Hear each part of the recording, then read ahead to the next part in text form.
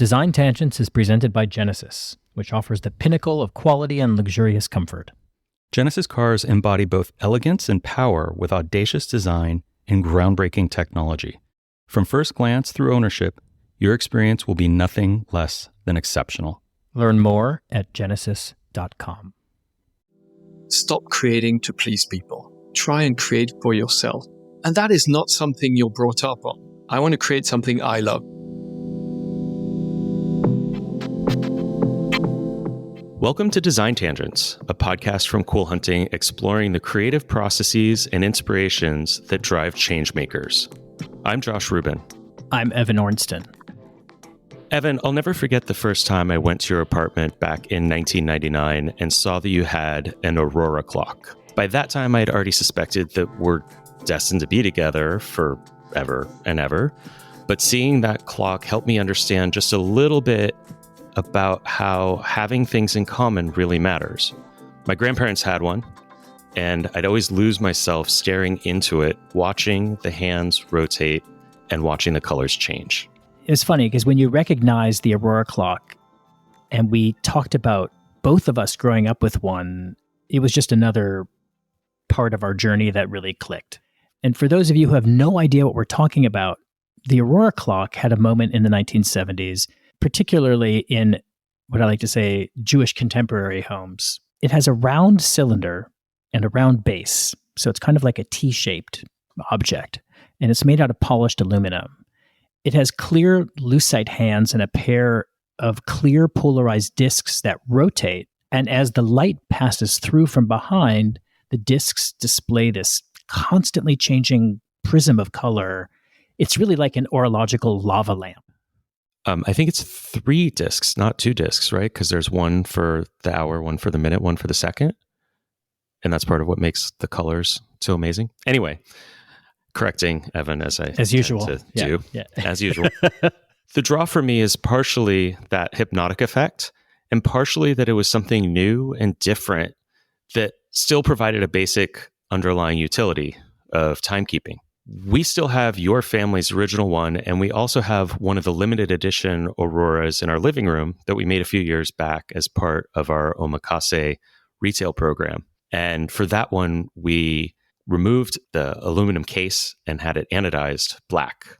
The way the color reflects on the interior rim, it just has this beautiful oil slick kind of effect that was unanticipated and makes it even more delightful.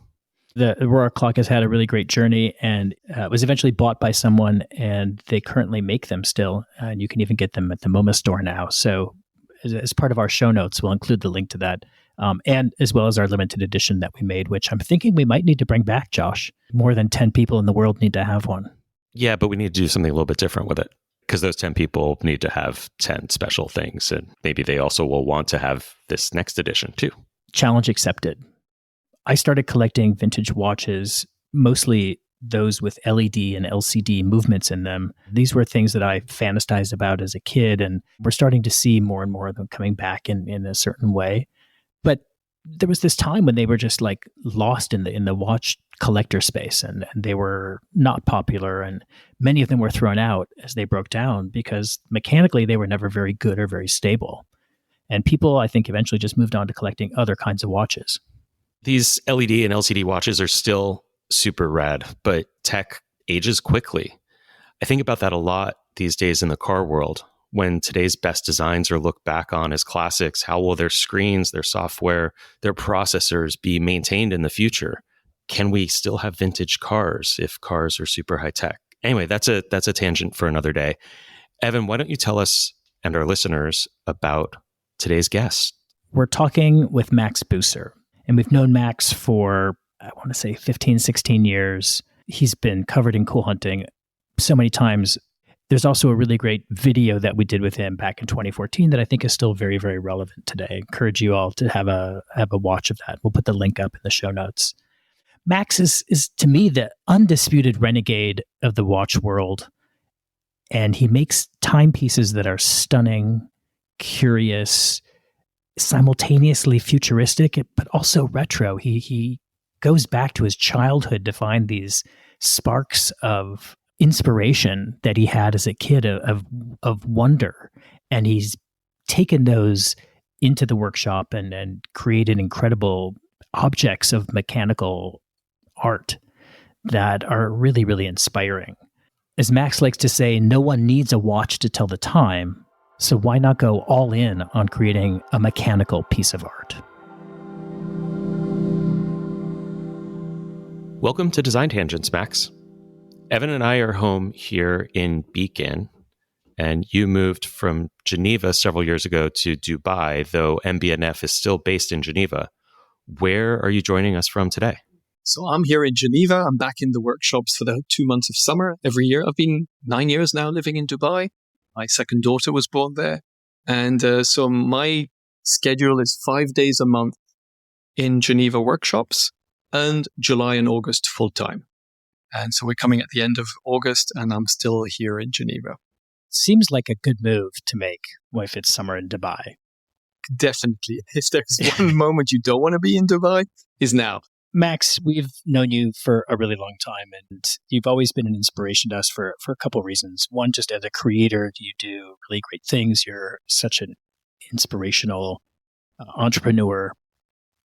But I think it's important for people who don't know you or who aren't familiar with the Swiss watch industry, which is a very traditionally driven and motivated industry. It is extremely conservative. It is, compared to many other industries, very slow moving. It is very difficult to even get a custom watch in some sort. There's a lot of pushback to anything that isn't historically based. And yet you have a place in that world which is so outside the orbit of pretty much everyone else in every other company. And we've always found that to be incredibly attractive to us at what we do and what we talk about at Cool Hunting.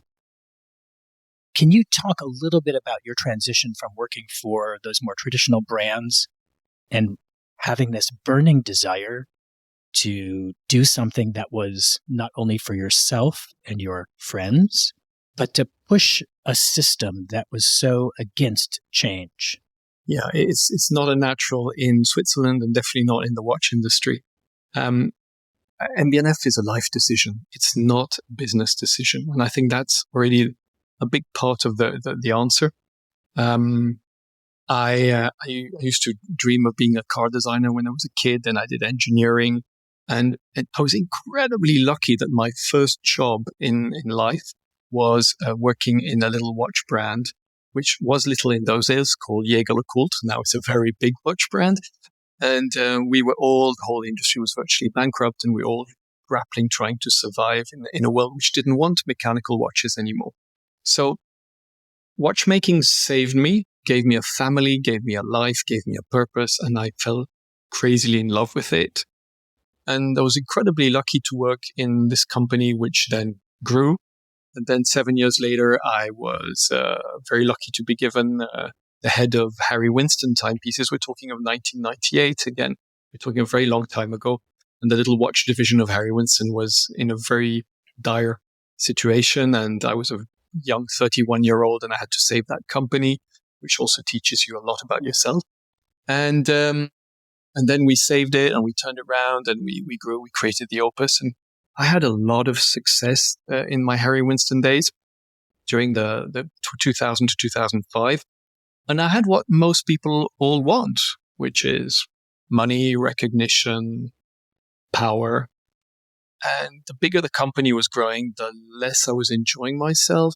And not only did I not understand it, I felt guilty.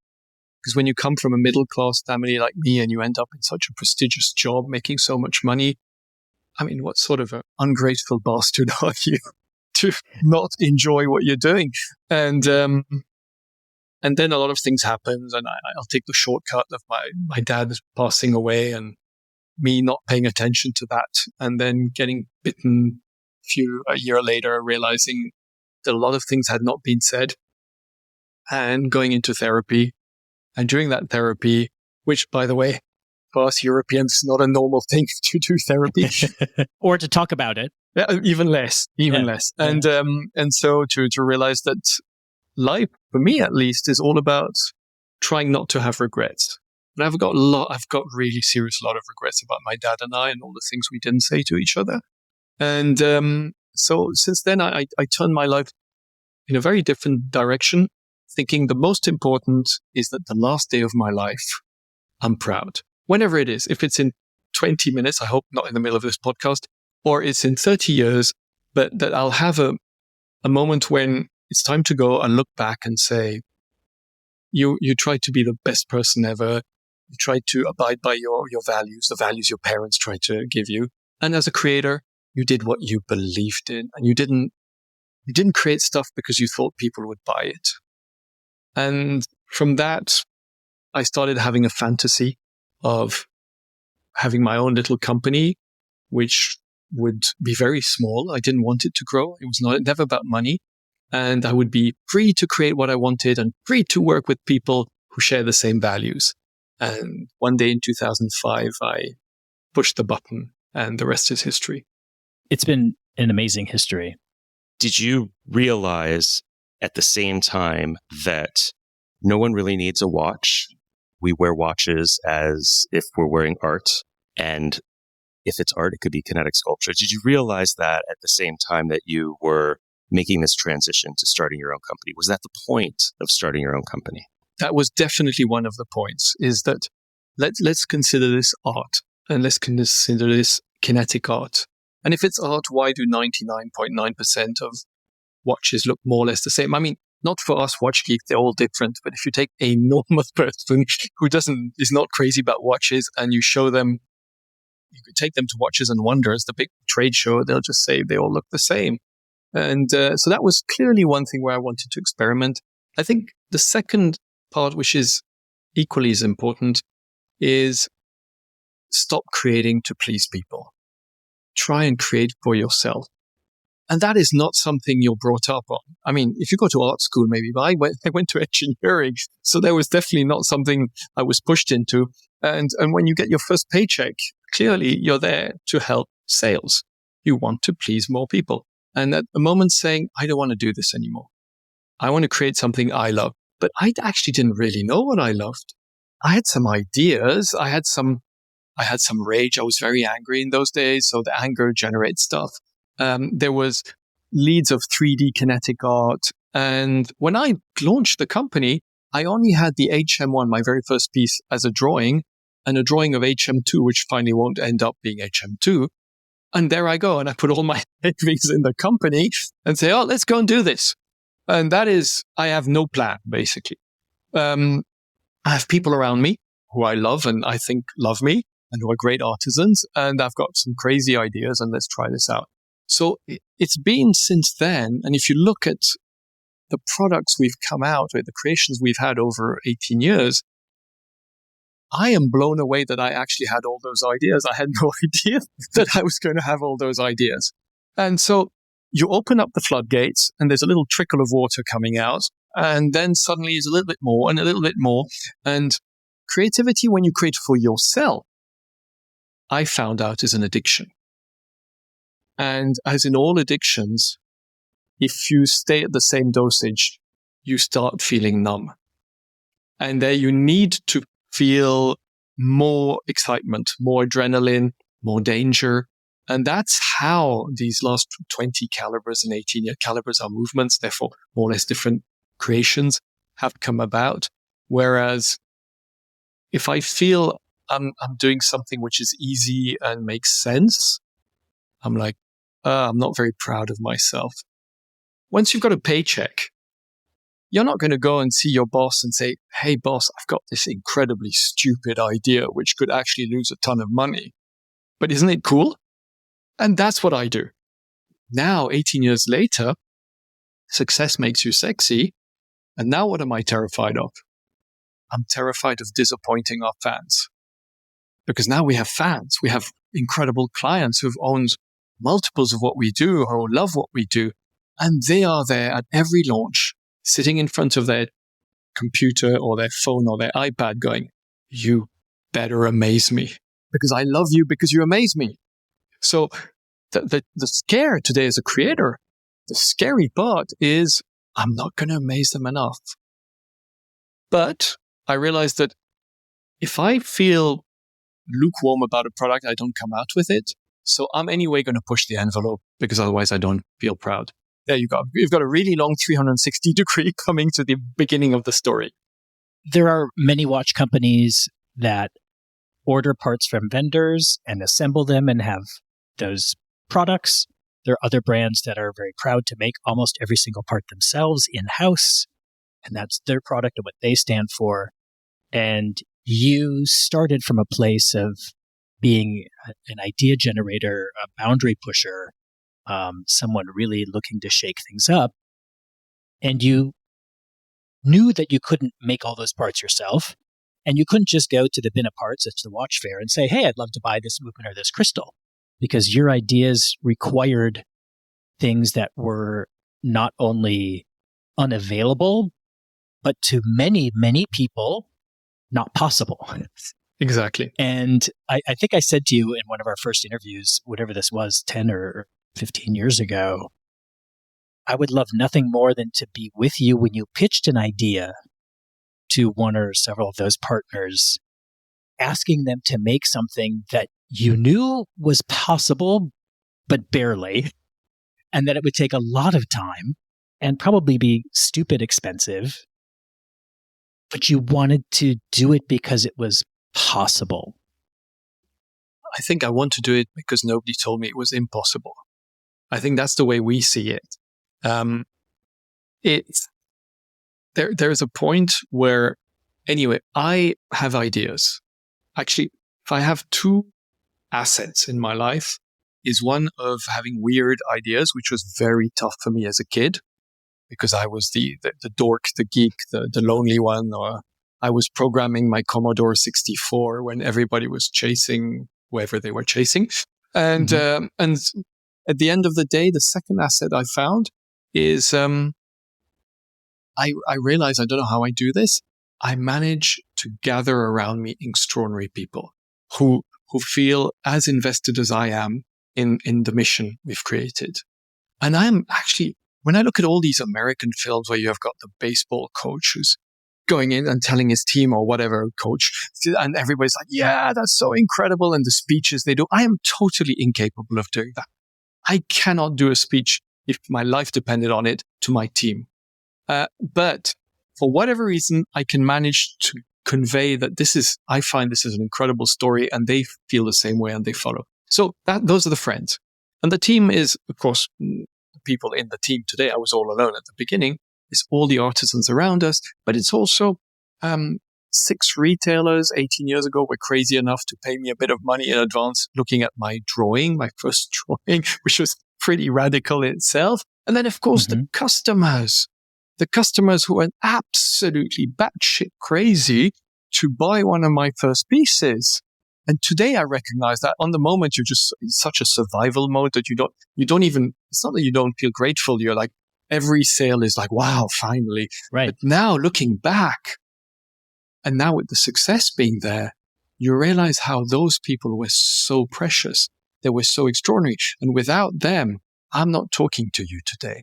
So the friends concept was that going forward, going to see the artisans with our ideas initially was incredibly complicated. They were all looking at us going, or me initially going, how are we going to do this? It's not possible. It's going to take thousands of dollars. We're going to break too many tools. We're going to break this. We're going to break that. And they tried. For those who did, they tried. And it became an addiction for them also. And that was incredible. Is that now, over the last 8-10 years, when we go and see them, most of them we still work with, they're like, okay, what's up? What are you going to come up with? What's next? Now, they know that with us, we're going to ask for very small quantities, incredibly high quality, absolutely insane R&D. Clearly, they're not going to make their living with us. But what am I giving them? I realize that way later. The same pride I get. And they show everybody, look what I can do. Yeah, I do all that for brand X, Y, and Z, but I make a ton of money. But look what I do with MB&F. And I can do this. They push me to do that. I'm capable of doing that. You talked about gathering extraordinary people around you, and you talked about being weird as a kid. It sounds like you, Josh. Yes. I mean, I relate. But Max, I'm wondering if you know whether those extraordinary people that you've gathered were also weird as kids. That's a really interesting. I haven't even thought of that. And I think also what I discovered is that being very lonely as a kid, for me, it was just like this dream of being able to be surrounded with people. And it's only way later that I understood why I called the brand Friends. And that's also the other thing. Normal people do not have people like you asking them questions. I am blessed with the fact of having to answer interviews where people ask me on the rationale of what I do and why I do it and what am I going to do. And that actually is like a therapy, and it helps me a lot. It's an incredible blessing for me. I think it's good timing to jump to a short break. When we come back, I kind of want to dig into some of these early influences. It's time to discover a new approach to luxury automotive, where Korean sensibility meets audacious design, groundbreaking technology powers every ride, and your experience, from first glance through ownership, is nothing less than exceptional. Learn more at Genesis.com. We're back from the break. Josh, I would love for you to text Max right now the picture we were looking at yesterday that your dad sent. It's my favorite picture of you as a kid, because I think Max will really relate to it. And it helps put stuff together. I think one of the things that's interesting, Max, is Josh and I came from a pretty, I want to say traditional business, because we were working in what was the beginnings of the web. And we had this opportunity. We didn't even know it. And we didn't start Cool Hunting as a business. It started literally as an archive of design research. And over time, we realized there was an opportunity, and we transformed the business and continue to reinvent it constantly. And around the same time, you were going through the same kind of, what am I doing with my life? How do I fulfill myself? How do I express my creativity? And how can I shake things up a bit? It's probably due to Zoroastrianism, you said. My mum, she was a Parsi, an Indian Parsi, basically. They abide in a religion called Zoroastrianism, which is the oldest monotheistic religion in the world. Before Christians, before the Jewish religion comes, they believe in Zarathustra as the prophet and Ahura Mazda as the god. And they abide by very simple thoughts or practices. It's not about do not do this, which we are very much used to. It's about good thoughts, good words, good deeds. I'm sure you saw the biopic of Freddie Mercury. Mm-hmm. Yeah, his mom Yeah. tells him good thoughts, good words, good deeds. Freddie Mercury was a Parsi also. One of there are 120,000 Zoroastrians left in the world. And so that's pretty unique. And my mum was the epitome of that. She was like the kindest soul ever. I remember asking her, she was this 80-year-old little lady at that point, saying, I've never heard you, Mum or Dad, ever say something snarky or ironic or nasty about somebody. And she just looked at me and she said, why would we? So I was brought up by these parents who kept on telling me, treat people the way you want to be treated. Well, if I'm going to create a brand which works with people who are going to bring all this incredible value to it, of course I'm going to credit them, because if I was them, I would like the brand to credit me. And this is what I've been doing over all these years, putting myself in the shoes of clients, retail partners, team, suppliers, artisans, etc., and thinking, if I were them, what would I like? Which doesn't mean that I transgress my creative process. I don't care if people like what I do. That's the only way I can create. Otherwise, I don't create a watch which looks like a bulldog or looks like a spaceship or a lady's watch which is 2 centimeters high or et cetera, all the different things we've done, or a clock which looks like a T-Rex or whatever you want. There's no way I create going, oh yeah, of course there are thousands of people out there going to like it. So, but on the other hand, once you buy one of our pieces or you like one of our pieces, I think we're really cool people to hang out with. That's how we work. There are many influences, I think, in your work, but 2 of them come from things that both Josh and I can relate to, and that's growing up a love of cars and a love of sci-fi. Can you tell us a little bit about How have you taken those things that inspired you as a kid and brought them into your work today? From the age of 4 to the age of 18, I was drawing all the time. I dreamt of being a car designer. And I realized also not so far back that it was probably because my dad was he was another generation. My dad unfortunately never did anything with me, rarely spoke to me, never told me he was proud or that he loved me. He was of that generation. And so I noticed very young that he was interested in cars. And so I think unconsciously, I started getting passionate about it. And the only thing my dad ever did with me in my whole life was take me to the car show. And when I was a kid, that moment was bliss. I don't think he ever realized how important it was for me that we would go and visit the car show together. And from there onwards, it was part of my life. So when I launched MB&F, I started creating, my first idea was not to create a car-related watch. But at some point, 5-6 years down the road, I tackled that. And it was very daunting because when it's your second passion in life and you really want to get it right, and I created what was going to be called the horological machine number 5, which was very inspired by the Lamborghini Miura. It was this crazy driver's watch with heads-up display with mirrors and nothing which looked like a watch, by the way. And it was a total flop. It didn't sell at all. And so we announced 3 times 66 pieces, and we didn't even manufacture all of them because nobody wanted them, and they stayed in stores forever. And even today, I mean, our brand has got now a lot of demand, much higher than we can produce. So the secondhand market is really strong, but that watch still goes for a discount. Nobody wants that watch. But it's my favorite. It's always been one of my favorites. I really adore that one too. That's funny. But that's interesting because and thank you. But you know why it's interesting is that I don't regret that watch at all because the purpose was never to please people and to sell it. The purpose was to create it. And there's a follow-up to that. From HM5, we did HMX and then HM8, and now we've just come out with HM8 Mark II, where the waiting lists are like 5 to 10 years, and everybody's going bananas on it. And that product wouldn't exist if I hadn't, in 2012, come out with that. But there's another situation which is pretty funny, is that in 2017 in Dubai Watch Week, I bump into Fabrizio Bonamassa, who is the head designer of Bulgari, an insanely talented man. And I'm a big fan of what he does. And I go up to him and introduce myself. He says, I know what you do, and we're going to have a coffee. And during that coffee, Fabrizio says, Mark, the horological machine number 5, I love it. It's fantastic, you know? And we should do something with Bulgari or with the HM5, because he used to be a car designer. And he starts sketching an HM5 with Bulgari identity. And I'm like, wow, this is so cool. We should do this.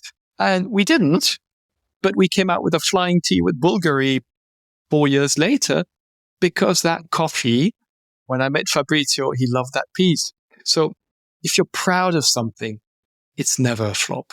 I love that. Do you consider your timepieces luxury items? They check a lot of boxes for what might define luxury. They're complicated, they're handmade, the materials are top-notch, the storytelling that comes along with it is really important, and they're expensive. The word luxury is a bit of a trigger for me. I really have a problem with that word because there's a first world luxury, there's a third world luxury from billion people in the world today. Finding something to eat is a luxury, and expensive stuff cannot be a luxury.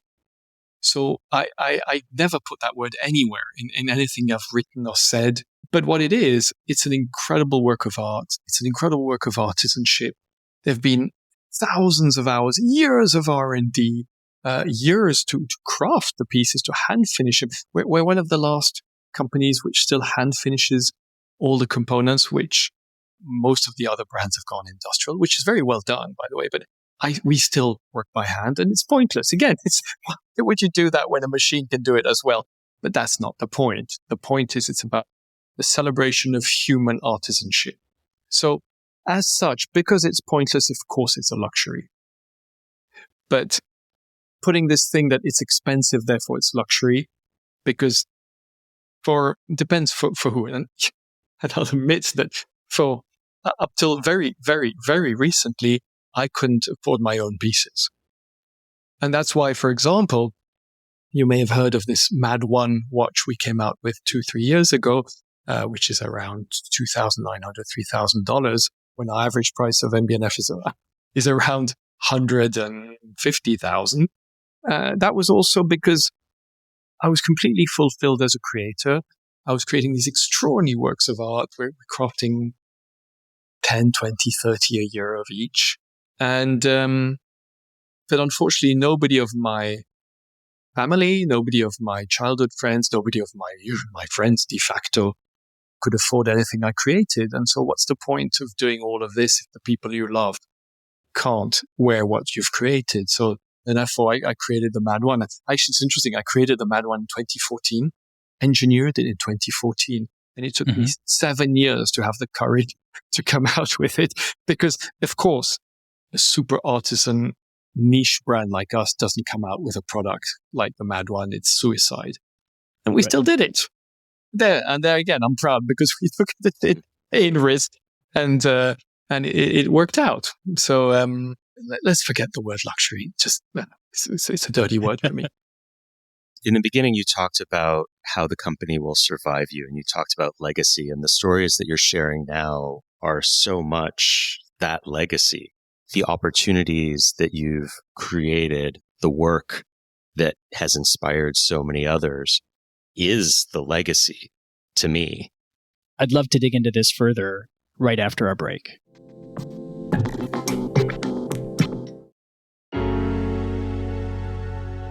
Another season of Ideas of Order podcast is here and hosted by me, Jeremiah Brent. California Closet's premier podcast is all about exploring what home really means. On Ideas of Order, we know that your space is a direct reflection of who you are. And with the help of our guests, we discuss the spaces and places that have shaped who we are today. This season, you'll hear from guests like Jenna Lyons, Joanna Gaines, Michael Haney, Cleo Wade, and so many more. Join us on Ideas of Order, brought to you by California Closets and the Surround Podcast Network. You can find Ideas of Order on all major podcast platforms and at surroundpodcast.com.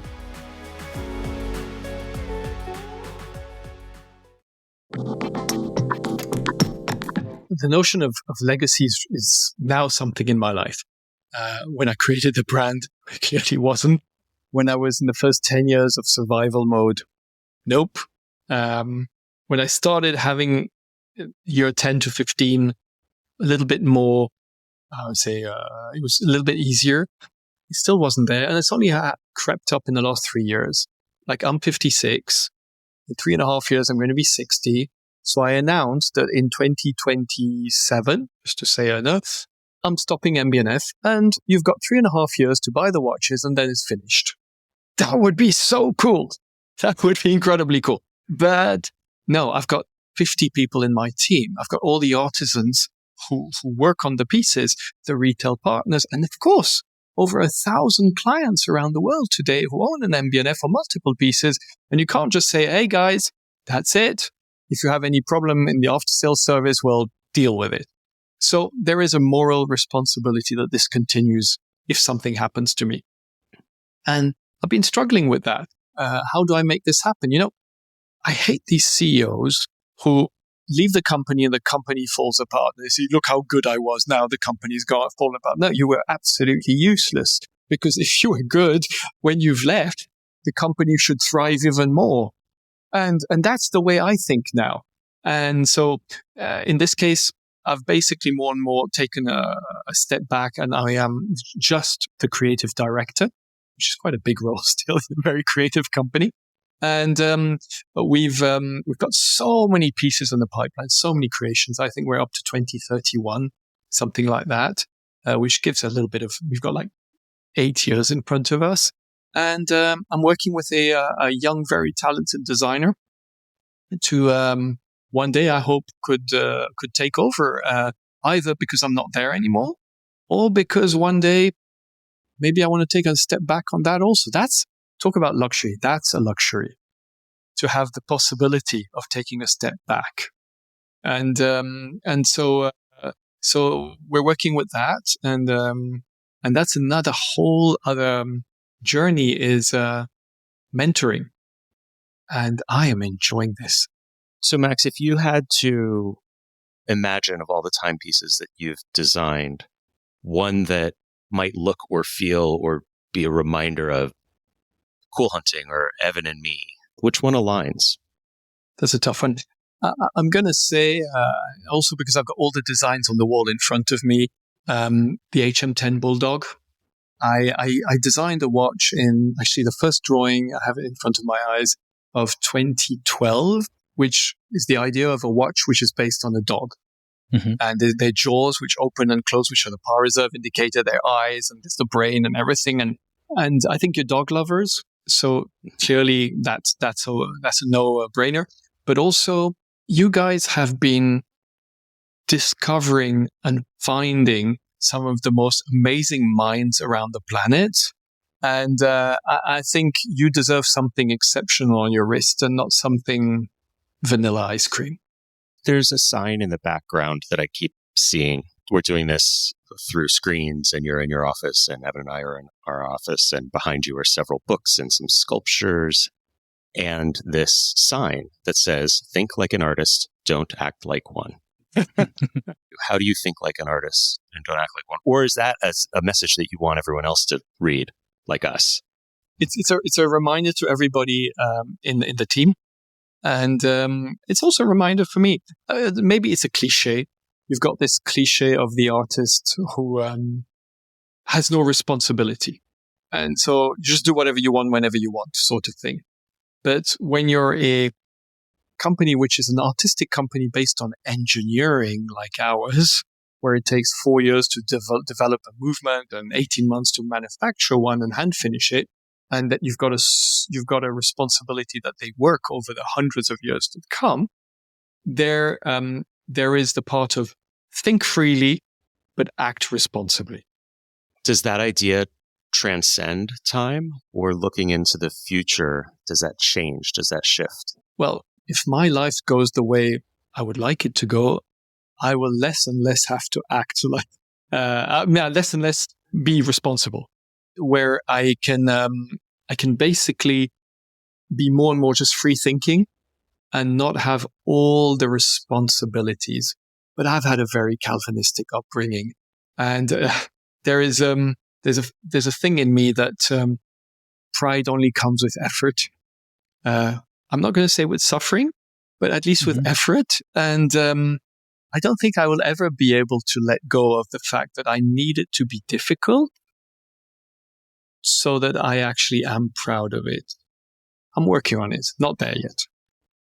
We were talking earlier about in the 90s, the struggle that the watch industry was going through. And obviously it took some time, but the industry recovered and arguably is doing better than it ever has today. But what's its future? Where do you ever think about 10, 20, 30 years out, what the, fine Swiss watchmaking world might look like? I actually don't know.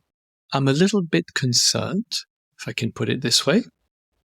I think it's an industry which built itself on beauty, craftsmanship, exclusivity, meaning rare, and it's become a massive mega business. And as such, there is the danger of losing your fundamentals.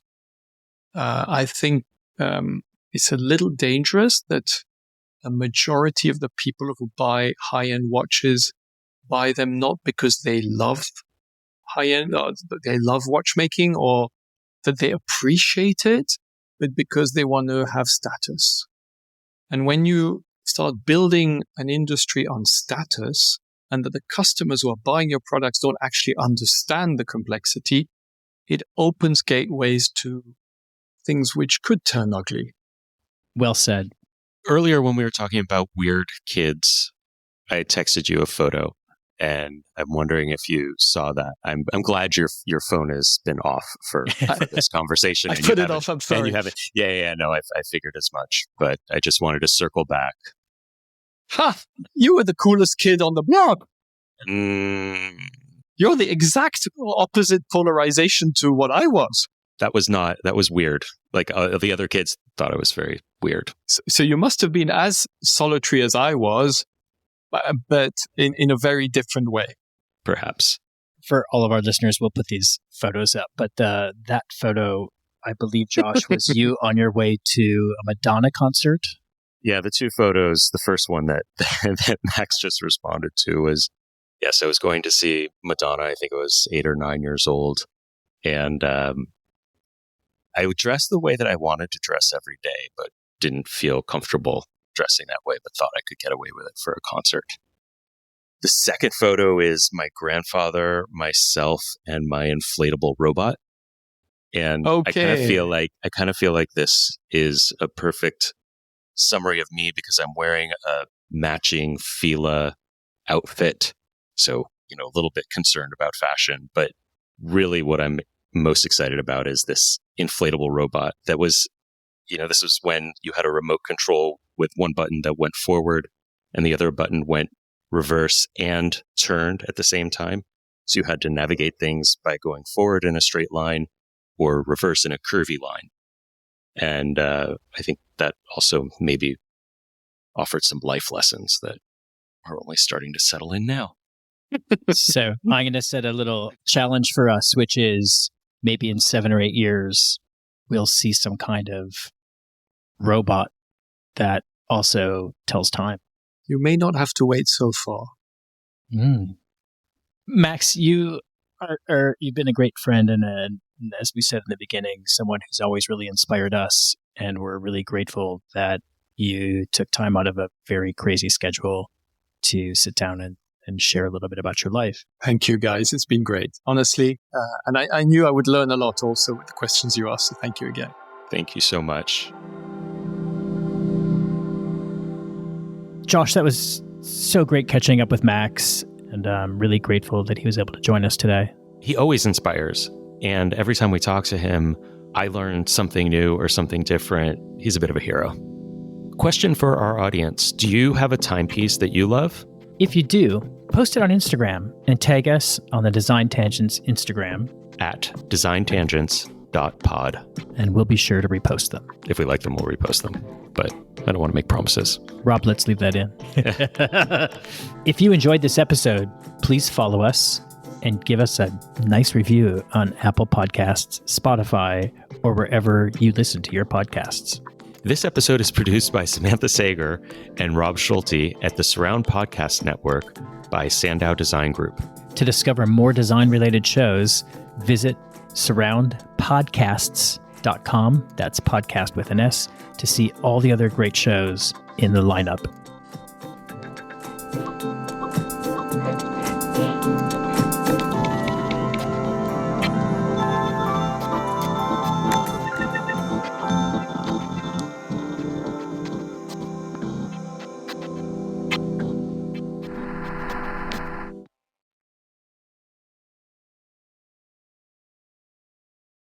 We'd like to thank Genesis for their ongoing support in presenting Design Tangents. Discover more about Genesis at genesis.com.